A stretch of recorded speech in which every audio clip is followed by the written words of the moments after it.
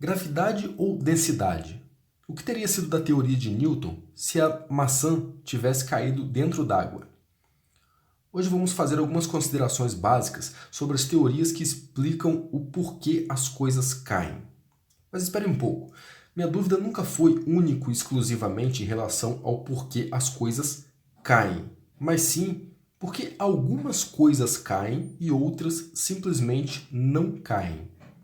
Vou ilustrar o que estou querendo dizer.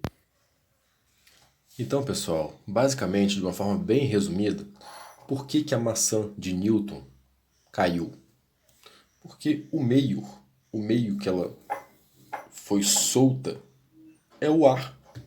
Então, quando a maçã é solta no ar, né, a maçã é mais densa que o ar, ela cai. Agora, e se a maçã de Newton tivesse caído na água? Vamos supor que a macieira estivesse à beira de uma lagoa. O que teria acontecido? Né? Teria boiado. E se a macieira, ela tivesse num lugar que tivesse sido inundado e a macieira tivesse completamente submersa em água e essa maçã tivesse debaixo d'água, né? E no momento que o cabinho da maçã se rompeu, ela estivesse completamente submersa em água, o que teria acontecido? Ela teria subido. Então, vocês entendem o que eu estou querendo dizer? Segundo os teóricos da gravidade, existe uma força magnética superpoderosa que prende tudo ao solo. Um exemplo são os oceanos.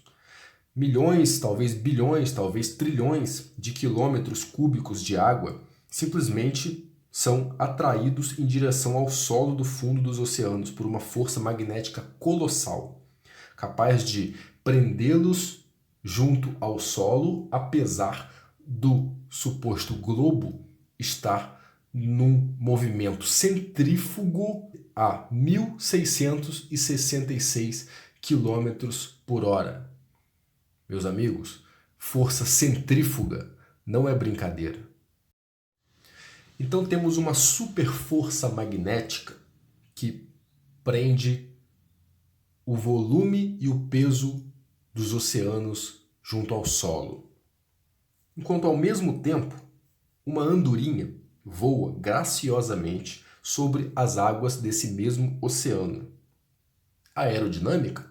Talvez. Bom, então se tratando de magnetismo, vamos fazer um experimento simples e breve para a gente poder descartar completamente essa suposição, essa especulação. Bom, pessoal, o que aconteceu aqui foi que o ímã anterior eu aqueci com o maçarico, ele espatifou, né? Virou pó. Então eu estou gravando de novo aqui, agora com outro ímã. Esse ímã é um ímã de neodímio, é um ímã de HD de computador, tá? Então só passando aqui de novo com todo cuidado para vocês verem que não tem falcatrua. Nesse momento, se alguém desconfiar ou duvidar da veracidade do experimento, eu sugiro que faça, reproduza em casa, que é a melhor forma da gente constatar os resultados, né? Então, deixa eu pegar o isqueiro. Eu quero mostrar para vocês que a temperatura detona o magnetismo. Deixa eu abrir o bujão aqui, beleza.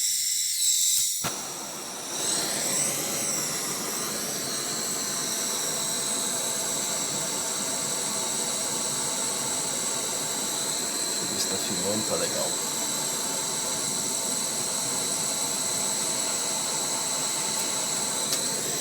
Então acho que deu pra ver, dessa vez deu pra ver legal. Ok, vamos deixar ele preso assim, então em contato, né? E vamos fazer a mesma coisa, só pra mostrar que mesmo em contato ele perde o magnetismo.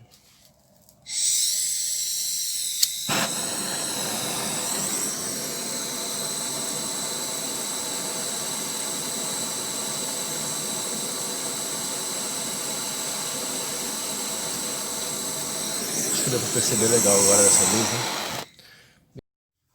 A maçã de Newton lançada no ar cai. A maçã de Newton lançada na água flutua. A maçã de Newton sendo lançada de dentro d'água sobe. Será que vocês conseguem entender o raciocínio? Dependendo do meio onde eu me encontro, uma coisa pode subir ou descer, e a mesma coisa num outro meio pode fazer o movimento contrário. Então, não se trata de peso, não se trata de força magnética que puxa as coisas para o centro da Terra, porque a Terra não é uma bola e não existe essa força magnética que decide o que seletiva, né? Decide o que ela vai puxar agora e o que ela não vai puxar e o que ela vai mandar para cima e o que não vai. O que existe é a densidade. E é a densidade que decide se algo sobe ou se algo cai.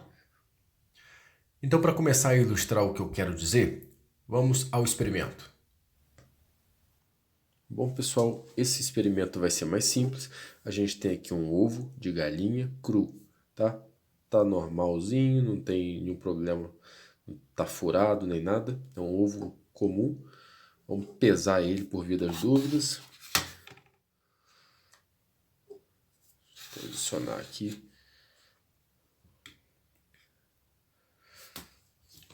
(62 gramas, 1. Então, 62 gramas arredondando, né? Beleza. Vamos deixar ele aqui. Vamos encher o recipiente com água. Ok. E colocando o ovo aqui dentro. Deixa eu afastar um pouco mais para dar para enquadrar. Aí. Então, a situação aqui vai ser que o ovo vai afundar, né? O ovo, quando está estragado, ele boia. Ou quando está velho, alguma coisa assim. Mas nesse caso ele afunda, né? O ovo está legal, beleza. Agora a gente vai substituir esse líquido aqui, que é água, né? Por água salgada. Deixa eu devolver isso aqui para o recipiente que ele estava. Ok. Vou colocar água salgada. Minha água salgada está dentro de uma garrafa de álcool, mas é água salgada. Se vocês tiverem alguma dúvida quanto a isso, podem reproduzir o experimento que vai dar certo. Vai dar o mesmo resultado que eu estou tendo aqui, né? Então, o mesmo ovo na água salgada, ele vai boiar, certo? Esse experimento ele é muito simples, ele é muito fácil de ser reproduzido. Deixa eu tentar agora fazer uma coisa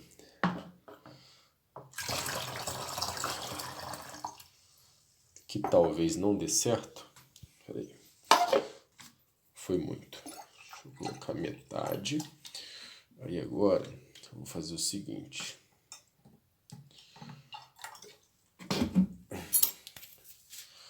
Vou completar com água comum, bem suavemente.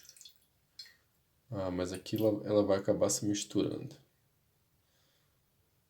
Se eu conseguir fazer com que elas não se misturem, é porque a questão não é só a densidade.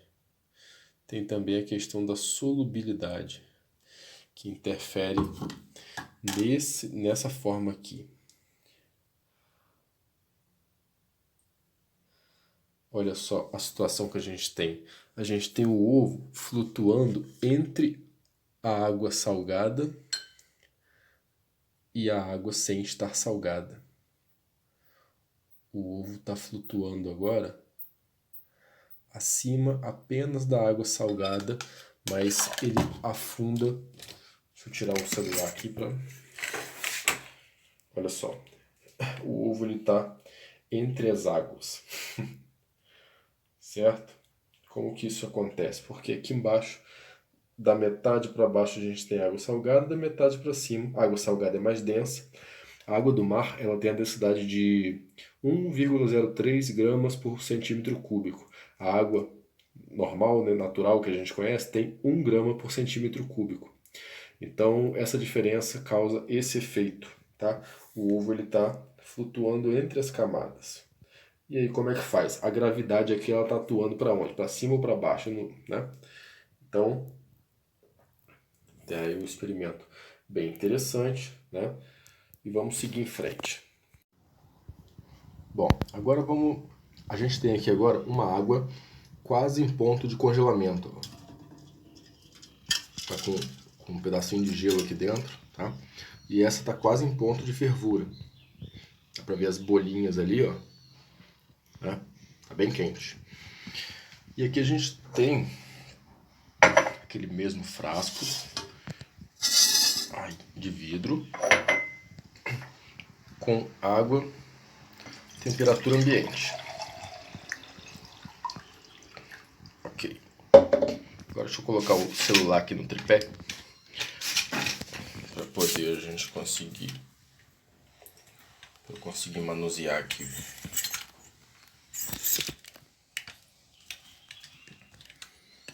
Tá.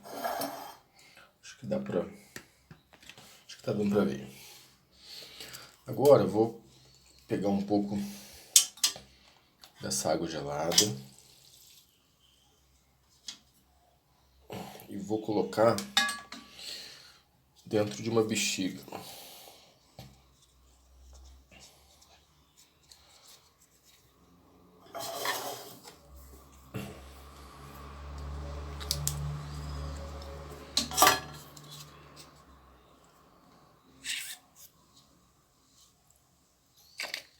Beleza? Deixa eu tentar tirar o ar. Isso, saiu todo o ar. Vamos amarrar. Beleza, essa é a água gelada. Agora vamos fazer a mesma coisa com a água quente. Deixa eu esvaziar aqui, ó, a mangueirinha da seringa. E agora a gente vai encher a mesma seringa com a água quente. Vai colocar dentro de outra bexiga.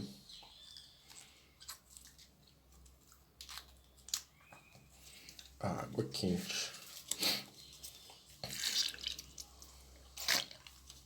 Beleza.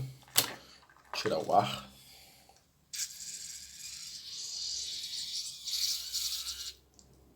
Ok. Beleza, tirou o ar. E aí, o que acontece? Água gelada, água quente.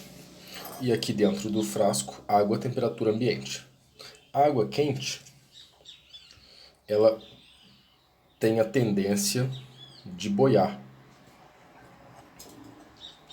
A água gelada tem a tendência de afundar. Então, as duas bexigas, né, a gente percebe que uma fica no fundo e a outra fica na superfície.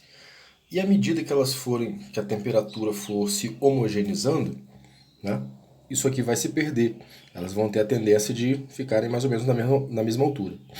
O que eu queria mostrar é que é água, do mesmo jeito. Por que a água dessa bexiga está densa e a água dessa bexiga está menos densa? Por conta da temperatura. Então, a temperatura também influencia na densidade. Ok? Temperatura e pressão.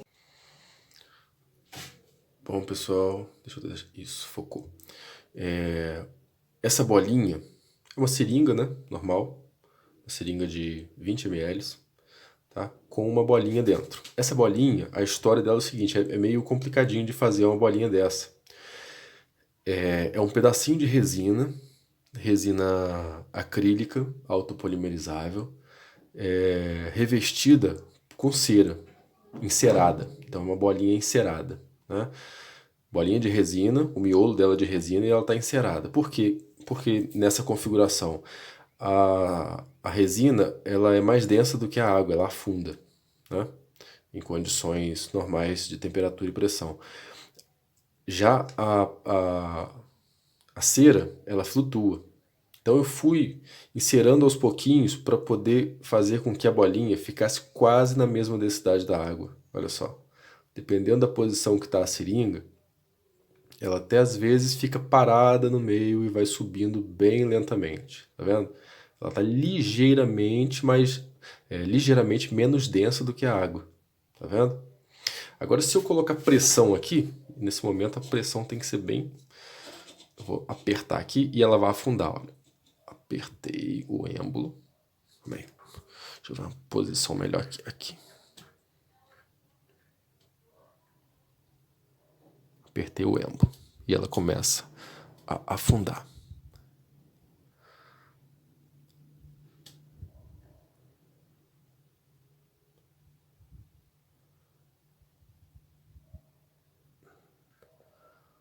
Tocou no fundo, soltei o êmbolo, se eu der uma ligeira puxadinha, ela volta a flutuar.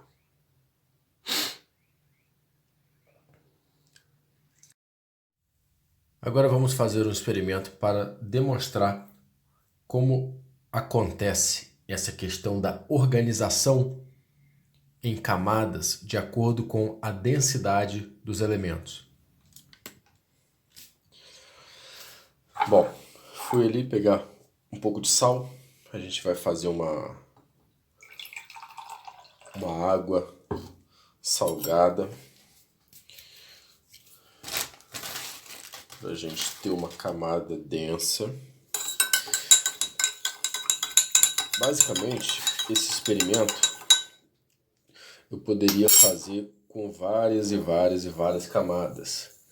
Só que eu estou usando apenas o que eu tenho aqui à disposição.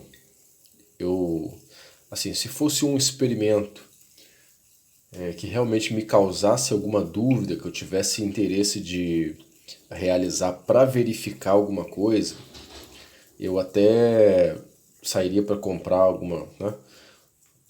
outros materiais, tudo. Mas esses experimentos que eu estou fazendo aqui, eu já estou assim, cansado de saber qual a resposta que vai dar, né? Porque eu fui percebendo essas coisas ao longo da minha vivência, da experiência de vida, né? Eu sempre lidei de forma prática com muitas coisas, não sou uma pessoa muito de teoria, né? Uso a teoria para complementar as práticas, nunca o inverso. E é isso aí. Então, esses experimentos que eu tô fazendo aqui, eu tô usando as coisas que eu já tenho em casa, sabe? Não tô saindo para comprar nada, para fazer, para ficar bonitinho, nem nada assim. Eu tô usando as coisas que eu já tenho para poder ilustrar, né? De uma forma simples e que seja assim, qualquer pessoa que olhar o que eu tô fazendo aqui, né? Essa pessoa vai dentro da sua própria casa ter condição de reproduzir o que eu tô fazendo. E reproduzindo, ela vai ter a constatação do resultado. Será que o resultado vai ser igual para todo mundo ou não, né? É ideal que ninguém acredite no resultado. Tenta fazer em casa, né? Tenta fazer o experimento e ver o resultado que vai dar. Bom, a solução já está saturada. Isso significa que a diluição já aconteceu, o sal já se diluiu na água, porém aquela parte que ainda continua ali embaixo, em forma de sedimento, aquela ali é a parte que já não vai ser possível diluir mais nessas condições de temperatura e pressão. Se eu fervesse essa água, por exemplo, aquilo ali se diluiria, certo? Mas em temperatura ambiente, numa condições normais de temperatura e pressão, essa água já está saturada, né? Já é considerada uma salmoura, uma água salina saturada, ok? Então deixa eu colocar aqui um pouquinho de... Deixa eu ver se eu tenho um corante, algum tipo de corante aqui. Poderia ter me preparado antes para isso. Aqui, legal. Tem uma anilina aqui. Deixa eu ver, tem essa e tem outra. Deixa eu ver essa daqui. Não, essa aqui é marrom. Essa aqui é marrom. Eu já me sujei. Bom, vou usar a verde mesmo. Acho que vai dar um efeito melhor.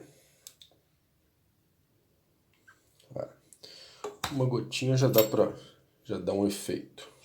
Deixa eu mostrar com essa parte aqui. Só pra gente ter um destaque em relação à cor, para não ficar tudo transparente, branco e amarelo, né?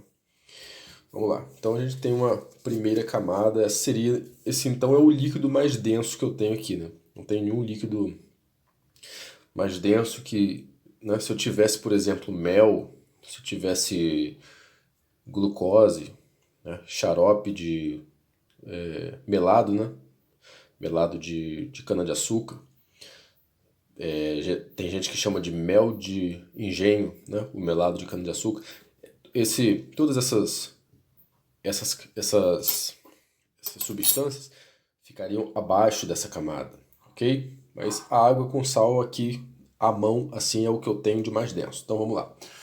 Deixa eu fazer uma próxima camada com detergente. Isso aqui é bem esses experimentozinhos de feira de ciências, de escola infantil, né? Porque é uma coisa muito básica, muito elementar. O detergente... Aí a questão é o seguinte. A densidade é uma propriedade. Agora tem uma outra propriedade que é a solubilidade. A solubilidade, ela já não tem mais relação com a densidade. Até tem, mas no aspecto geral, ela tem mais a ver com a polarização. Tem substâncias polares, apolares e tem as substâncias emulsificantes. O detergente, no caso, é um emulsificante. Então, se eu não colocar muito devagarzinho assim, ele vai tender a se misturar com a camada inferior, apesar de serem de densidades diferentes, certo? Agora, deixa eu colocar um pouco de água, como água normal, né? Deixa eu ver essa outra anilina aqui, vai ficar...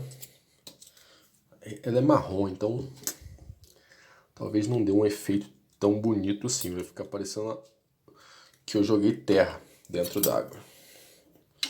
Mas serve para pelo menos ficar diferente uma da outra. Então, vamos lá, bem devagarzinho também, porque o detergente é um emulsificante. Eu não tenho interesse que elas se misturem muito. Ok, deu para ver aqui, eu acho. Vamos deixar dar uma assentada. E aí, eu tenho aqui ainda um pouco de óleo. Opa, esse óleo. Essa lamparina aqui, peraí, deixa eu tirar. Um pouco de óleo. O óleo é legal porque ele já é apolar. Ele não vai misturar com a água, nem se eu chacoalhar muito. Então eu posso colocar aqui um pouco de óleo. Ok, tá legal. O copo não vai dar espaço. Eu exagerei nas duas primeiras camadas. Eu tenho ainda o álcool. O álcool, ele é menos denso do que o óleo ainda. Então ele ainda vai ficar. E ele é polar. Como o óleo é apolar, o álcool não vai se misturar com o óleo. Ok? Vamos deixar elas se separarem ali. Eu ainda teria o querosene, que ficaria ainda acima do óleo, né? Nesse caso, deixa eu colocar mais um pouco de óleo, porque o óleo ele formou um bolsão e não homogeneizou muito bem a camada. Ok, beleza. Então não ficou muito bonito, como se fosse um professor de química, né? Tem vários vídeos desse experimento, professores de química fazendo essa torre de densidade, né? No YouTube vocês podem pesquisar. Então, aqui é a água com sal, né? É o mais denso. Deixa eu ver se o celular vai focar. Ok. Aqui é o detergente. Aí aqui a gente tem a água comum, né? Acima da água comum a gente tem o óleo, certo? Que acabou ficando meio, né, pela questão de eu ter vertido sem muito cuidado, acabou ficando entre as camadas aqui, ficou um negócio meio esquisito, certo? Mas dá pra ver que estão separadas. Aí beleza. estão separadas em ordem de densidade, ok? Agora eu vou pegar uma balancinha de precisão, que é aquela balancinha que eu já usei, e vou pesar alguns pequenos objetos que eu separei aqui. Então vamos lá. Temos um toquinho de lápis, que vai dar 0,2 gramas, 0,3, por aí, 0,3, 0,2, é tudo mais ou menos do mesmo peso, ok? Um pedacinho de parafina, vai dar. É muito levinho, então às vezes a balança ela não registra. Deixa eu ver se aqui agora vai... Ó, apareceu ali o 0,2, tá vendo? Tudo mais ou menos do mesmo peso. Eu tenho aqui a cabecinha de um parafuso, que mesmo peso, 0,2. Eu tenho ainda, vamos ver, um pedacinho de resina, 0,2, né? Tudo mais ou menos do mesmo peso. Eu já fiz essa verificação aqui anteriormente. Tem um pedacinho de chumbo, que vai dar 0,2 também. Tenho um outro pedacinho de resina, que também tem 0,2, se a balança me ajudar. A cor da balança. Deixa eu ver se ela vai verificar.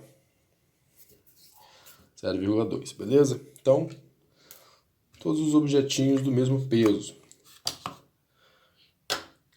Então, se eu colocá-los, né, aqui na nossa torre de densidade, o que acontece? Vamos lá.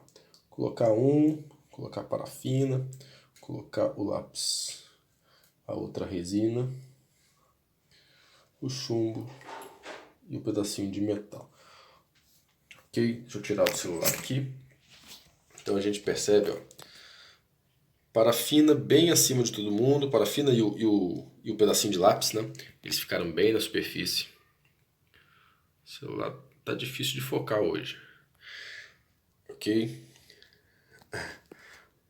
Os pedacinhos de resina vieram para essa região aqui, tá? Lá embaixo tá o sal, tá vendo?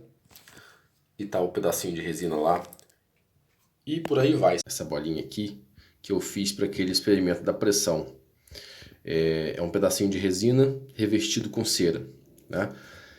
Então, essa bolinha ela é um pouquinho menos densa do que a água, né? Só voltar o vídeo aí que vocês vão ver. Então, ela tem... Zerei a balança. Ela tem 0,6 gramas, né? Ela, então, vem a ser mais pesada do que o toquinho de lápis, do que a parafina, né? E mais pesada do que... Deixa eu botar bem aqui para baixo, isso, focar, do que esse pedacinho de resina aqui, que afundou também. Lembra que tinha 0,2 gramas. Essa bolinha é mais pesada, ela tem 0,7. Então, deixa eu colocar ela aqui dentro. Vou colocar ela bem aqui na bordinha. Já caiu o bicho, ó, a mosquinha. Já avacalhou o negócio todo. Mas, enfim, deixa eu botar aqui bem na bordinha. E vamos observar o que vai acontecer. Aqui, o que acontece? Essa camada marronzinha aqui, procurar o foco, ok? Camada marronzinha é a camada de água que eu botei a anilina marrom. Essa camada que ficou entre o óleo e a água foi o seguinte, na hora que eu coloquei o álcool, ele né, misturou um pouco e pelo álcool ser polar, ele acabou se misturando um pouco com a água. Então, essa camada esbranquiçada aqui acima da camada marrom, nada mais é do que álcool misturado com água, que acabou ficando menos denso, acabou ficando mais denso do que o óleo, tá? E esse daqui na superfície é o álcool puro, certo? Que é menos denso do que o óleo. Se eu tivesse a camada de querosene, ela estaria acima da camada de álcool, ok? Agora, eu coloquei a bolinha está flutuando acima da camada da água, né? E abaixo da camada de óleo, certo? Porque ela é mais densa do que o óleo e menos densa do que a água, ok? Não está sem foco, não, porque a bolinha tá lá dentro. Mas dá para ver que ela tá ali, né? Então, beleza. Aqui, nesse caso, a gravidade ela tá agindo em qual sentido? Tá puxando a bolinha para baixo, tá levantando a bolinha para cima, onde que a gravidade está atuando, né? Então, é bem fácil de perceber dessa forma que não se trata de uma força magnética puxando tudo para baixo, se trata de densidade, certo? Então agora vamos fazer um experimento para demonstrar essa questão da densidade quando a situação envolve camadas em diferentes estados, por exemplo, uma camada gasosa, uma camada líquida, né? Ou uma camada sólida e outra camada líquida, ok? Vamos ao experimento. Bom, agora a gente vai ver um outro experimento também muito simples, onde a gente vai poder verificar que os gases e todos os elementos gasosos, né, eles também possuem uma organização de acordo com a densidade. Então vamos ver a questão da fumaça.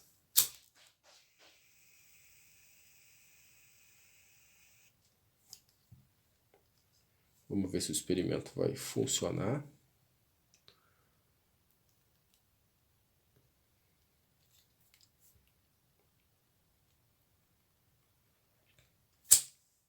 Vou dar mais uma ajudada aqui.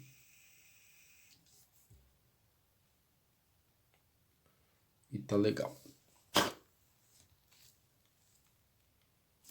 Então a gente percebe que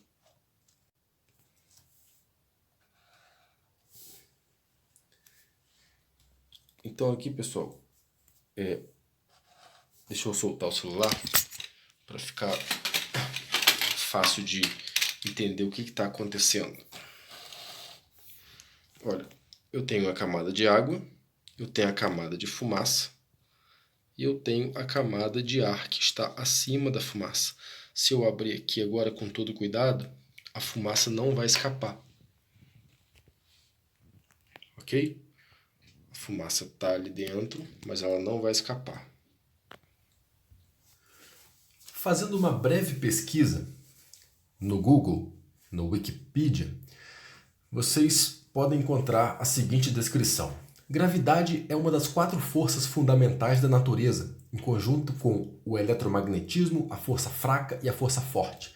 Na física moderna, a descrição mais precisa da gravidade é dada pela teoria geral da relatividade de Einstein, segundo o qual o fenômeno é uma consequência da curvatura tempo-espaço, ou espaço-tempo, que regula o movimento de objetos inertes. A clássica lei da gravidade universal, de Newton, postula que a força da gravidade é diretamente proporcional às massas dos corpos em interação e inversamente proporcional ao quadrado da distância entre eles.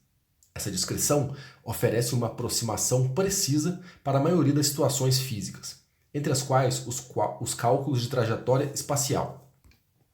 Do ponto de vista prático, a atração gravitacional da Terra confere peso aos objetos e faz com que caiam ao chão quando são soltos. Como a atração é mútua, a Terra também se move em direção aos objetos, mas apenas por uma ínfima fração. Do ponto de vista cosmológico, a gravidade faz com que a matéria dispersa se aglutine e que essa matéria aglutinada se mantenha intacta, permitindo dessa forma a existência de planetas, estrelas e galáxias, e a maior parte dos objetos macroscópicos no universo. A gravidade é ainda responsável por manter a Terra e os demais planetas e satélites em suas respectivas órbitas, pela formação das marés, pela convecção natural, por aquecer o interior de estrelas e planetas em formação e por vários outros fenômenos na Terra e no universo. Então, pessoal, é possível perceber que a teoria da gravidade ela está intimamente imbricada, relacionada com o modelo do globo. A gravidade só faz sentido porque ela está sendo, ou melhor, só faz sentido para a ciência convencional, que na minha opinião é uma suposta ciência, ela só faz sentido porque está sendo aplicada ao modelo Globo. E esse modelo Globo, ele explica e responde todas as perguntas com números astronômicos, com cálculos desenvolvidos para justamente sanar essas dúvidas. No entanto, todos esses dados não são possíveis de serem observados, mensurados, experimentados, nem muito menos reproduzidos. Porque se você for se valer da teoria da gravidade para explicar o motivo das coisas caírem, você não só não estará respondendo nada, como também estará criando outras questões a partir destas explicações. Questões estas que vão colocar em xeque a sua própria resposta. Ou seja, um emaranhado de dúvidas, questões, pseudo-respostas e teorias mirabolantes, que só poderão ser resolvidas através de fórmulas ultracomplexas, números astronômicos, escalas colossais e padrões impossíveis de serem observados, experimentados, mensurados e reproduzidos. Padrões que, segundo os supostos cientistas e a suposta ciência, só podem ser verificados por pessoas que portam diplomas de doutorado e integram equipes de superlaboratórios, como os da NASA, por exemplo. Ou seja, pessoal, vocês conseguem perceber e reconhecer um padrão? Mais uma vez, assim como no modelo usado pela ciência para explicar o formato da Terra, colocam a verdade de forma inacessível na mão dos supostos cientistas, para que pessoas comuns como eu e você se sintam diminuídas e incapazes de contestar as verdades impostas. Isso é dogma, meus amigos. Ciência é a arte do questionamento. Ciência de verdade pode ser observada, experimentada, mensurada e reproduzida. Não é inacessível, nem muito menos exclusiva para um determinado grupo seleto, detentor das verdades universais. Espero que tenham gostado do conteúdo e nos vemos num próximo vídeo. Obrigado.